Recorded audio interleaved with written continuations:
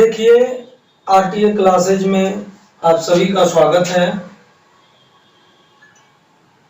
अब तक जो आपको बताया गया चैनल के माध्यम से उस पे आप लोगों ने देखा, कमेंट भी किए, सब्सक्राइब भी किए और शेयर भी कीजिए। अब कक्षा 10 का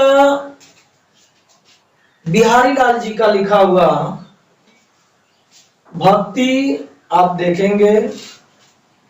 भक्ति में बिहारी लाल जी क्या लिखे इसके बारे में आपको आगे बताया जाएगा।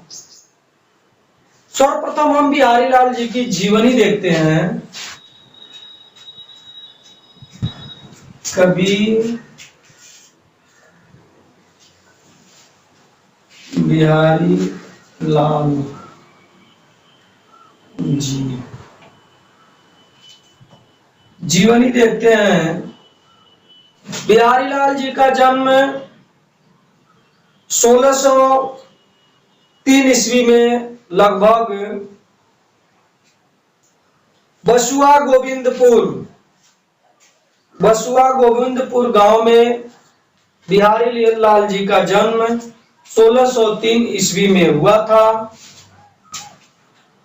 इनके पिता का नाम पंडित केशव राय चौबे था।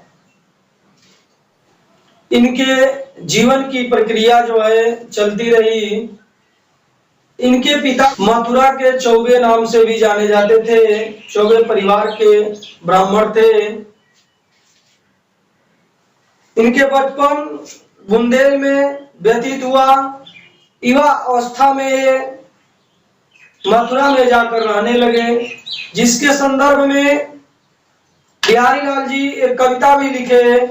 जन्म ग्वालियर जानिए खंड बुंदेले बाल, तरुणाई आई सुघर मथुरा बसी ससुराल।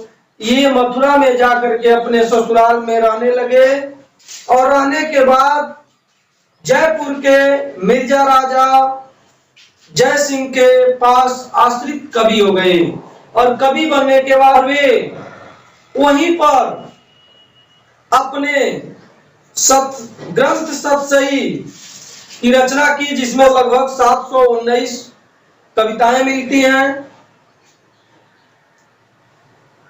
बिहारी सतसई में रचना करने के बाद इनको 719 कविताएं मिलती हैं और वे कुछ इसी तरह अपना जीवन व्यतीत करते रहे। इनकी पत्नी की मृत्यु के बाद ये भक्ति में पूर्णतः लीन हो गए। 1663 ईस्वी में इनकी मृत्यु हो गई। बिहारी जी की रचना बिहारी सतसई है। इनकी भाषा जो प्रौढ़ और परिमार्जिक ब्रज है। शैली मुक्तक शैली में इनकी लेखनी मिलती है। अब आप देखेंगे भक्ति का जो लिखा गया है बिहारी लाल जी के द्वारा, उन्होंने क्या लिखा।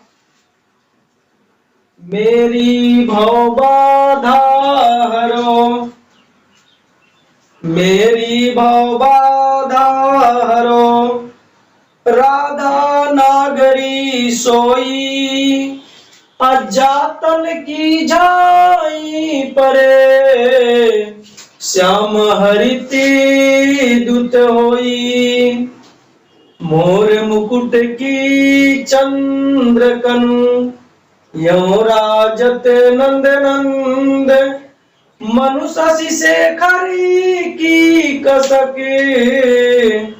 ये शेखर सतचंद, सोहत ओढ़े पीठ पटु, श्याम सुलोने गात, मानो नीलमणि शैल पर, आतपु पर्यो प्रभात, अधर धरत हरि के परत, ओठ डीट पटे ज्योति, हरित बांस की बांसुरी इंद्रधनुष रंग होती, या अनुरागी चित की गति समझे नहीं कोई। ज्यों ज्यों बूढ़े श्यामो रंग, त्यों त्यों उजलु होई। तो लगुया मन सदन में, हरियावे कई बाट। अब विकट जटे जो लगु निपट, फूट न कपट कपाल। अब ध्यान देंगे बिहारी लाल जी का लिखा हुआ पहला देखेंगे आप। पहले में क्या बिहारी लाल जी कर रहे हैं, तो संदर्भ, इसके पहले आप देख लीजिए संदर्भ। संदर्भ में आप देखेंगे प्रस्तुत पद्यांश हमारी पाठ्य पुस्तक हिंदी काव्य खंड में या पद खंड से भक्ति नामक शीर्षक से लिया गया है, जिसके कवि या रचयिता बिहारी लाल जी हैं। अब प्रसंग में आप देखेंगे संदर्भ लगभग पूरे के लिए होगा संदर्भ वही, क्योंकि भक्ति का सब है। 6 कविता इसमें जो लिखा गया है वह टोटल भक्ति का है। इसमें संदर्भ सबके लिए वही होगा। प्रसंग जो है वो बदलता जाता है। प्रसंग में पहले में प्रसंग होगा बिहारी लाल जी राधा से अनुनय विनय करते हैं, ये इसी का वर्णन इसमें आपको मिलेगा।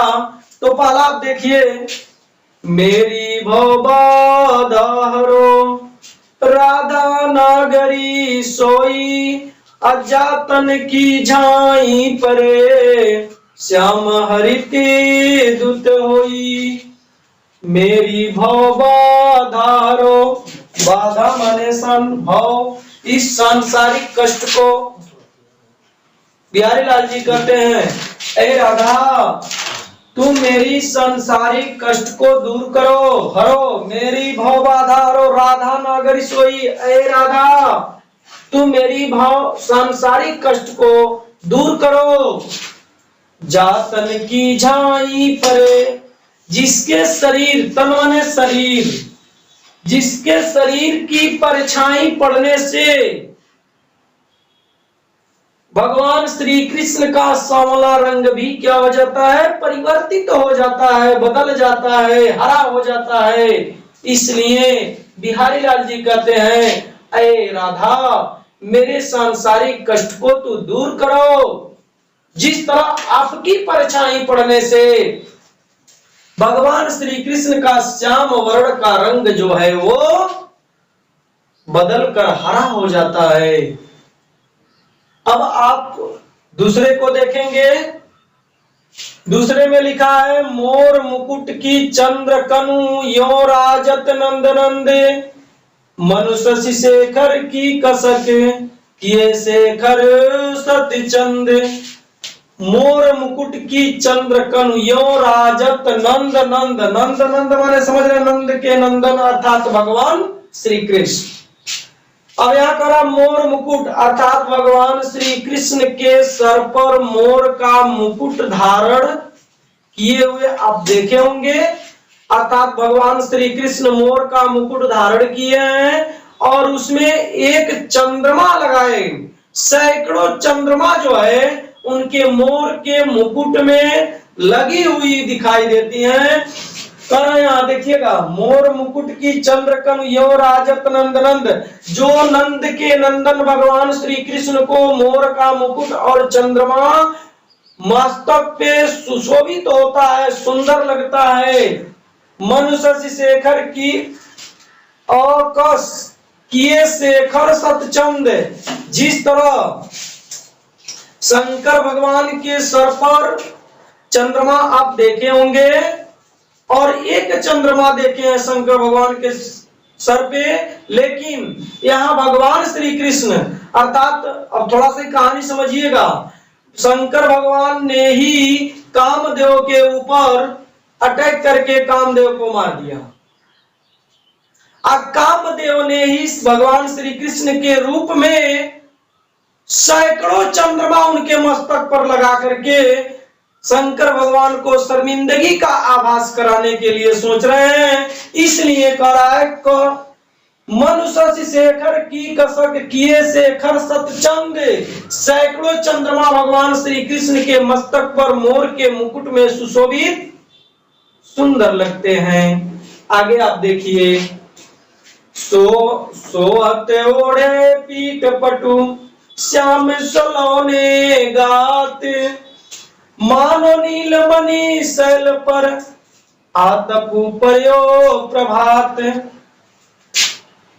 इस तरह आप देखेंगे, सोहत ओढ़े पीठ पटु, पीतांबर को धारण करने वाले अर्थात भगवान श्री कृष्ण पीले वस्त्र को धारण करते थे तो बहुत ही सुंदर लगता था। श्याम सलोने गात अर्थात भगवान श्री कृष्ण का श्यामल सांवला रंग, नीला रंग पीतांबर को धारण करने के बाद बहुत ही सुंदर लगता था।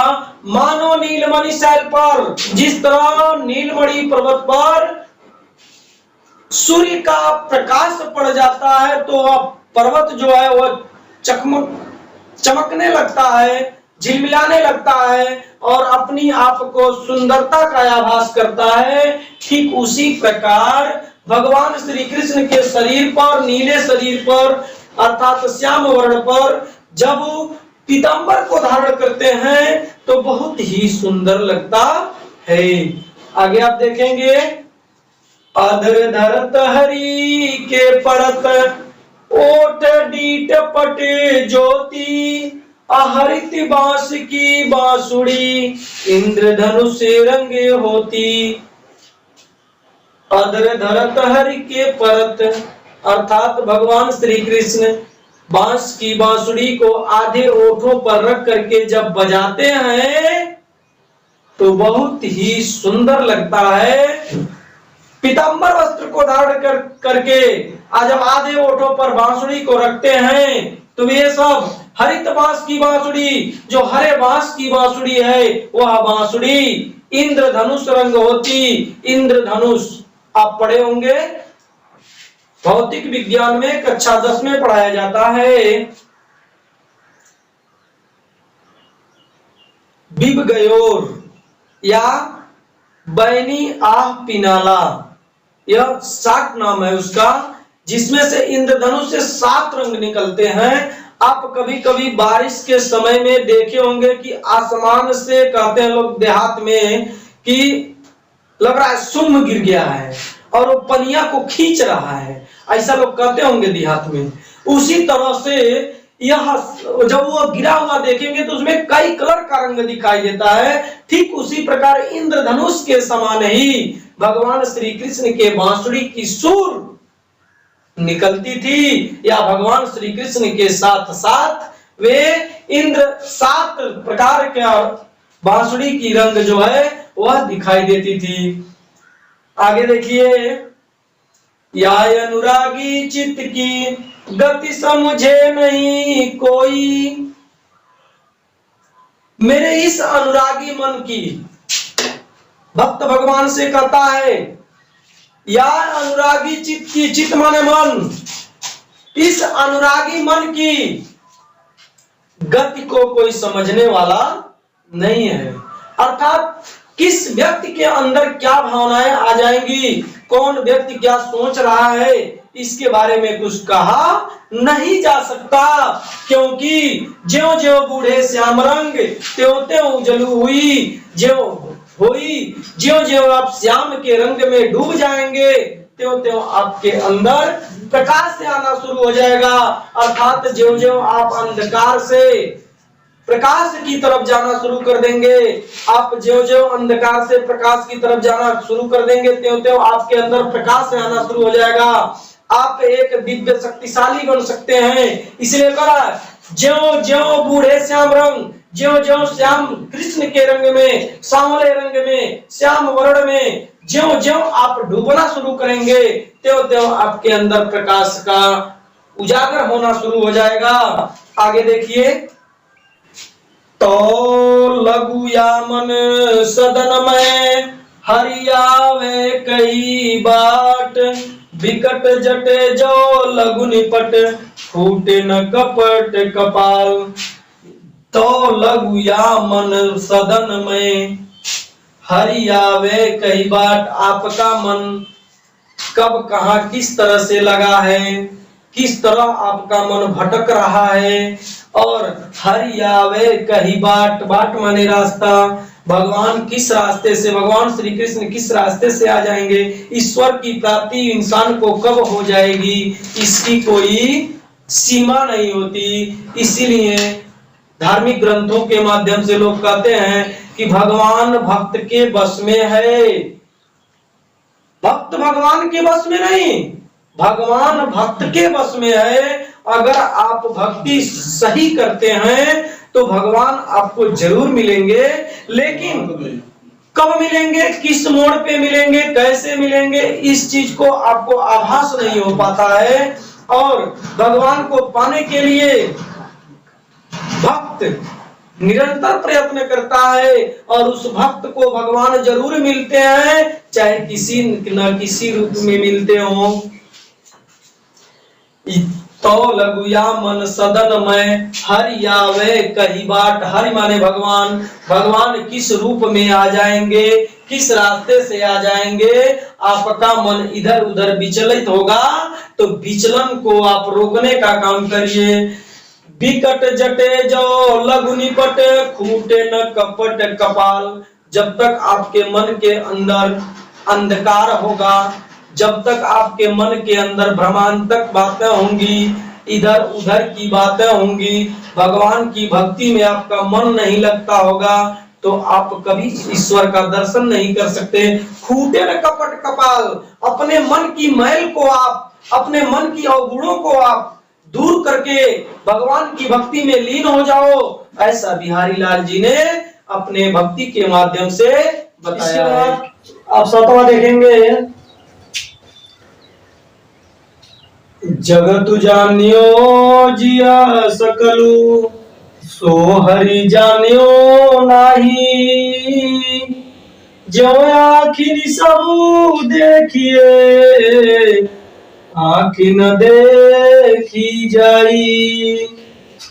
जपमाला छापा तिलक, सरे नए कहू कामू, मन काचे नाचे वृथा, साचे राचे रामू। अर्थात इसमें आप देखेंगे बिहारी लाल जी क्या कह रहे हैं इस कविता में। जगत जानियो जिया सकलू, सकल माने यह पूरा जीव, पूरा संसार।